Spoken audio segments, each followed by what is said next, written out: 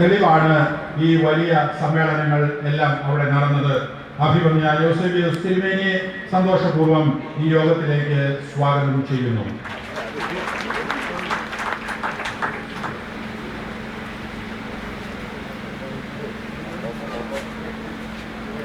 ഏഴാമതായി ഉണ്ടായിരുന്ന അഭിമന്യ യോഹന്നാൻ ദിയോസ്കോറോസ് മെത്രാപ്പോലീത്ത തിരുമേനിയാണ്. അദ്ദേഹത്തിന് എത്തിച്ചേർന്നിട്ടില്ല, വരും എന്നുള്ളതായ പ്രതീക്ഷയാണ്. ആ സമയത്ത് അദ്ദേഹത്തെയും സ്വാഗതം ചെയ്യുന്നതായിരിക്കും.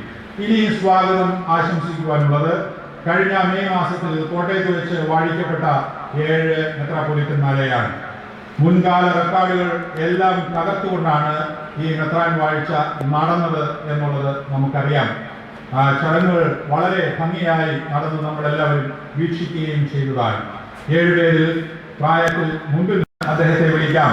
മാവേലിക്കര സെന്റ് പോൾസ് മിഷൻ കേന്ദ്രത്തിന്റെ പ്രധാന ചുമതലക്കാരനായ അഭിമന്യ തേവദോറോസ് മെത്രാപ്പൊലീത്ത തിരുമേനിയെ സന്തോഷപൂർവ്വം ഈ യോഗത്തിലേക്ക് സ്വാഗതം ചെയ്യുന്നു. അഭിമന്യ യാക്കോബ് മാർ ഏലിയാസ് മെത്രാപ്പൊലീത്ത. ഏലിയാസ് എന്നുള്ള പേര് നമുക്ക് സുപരിചിതമാണ്.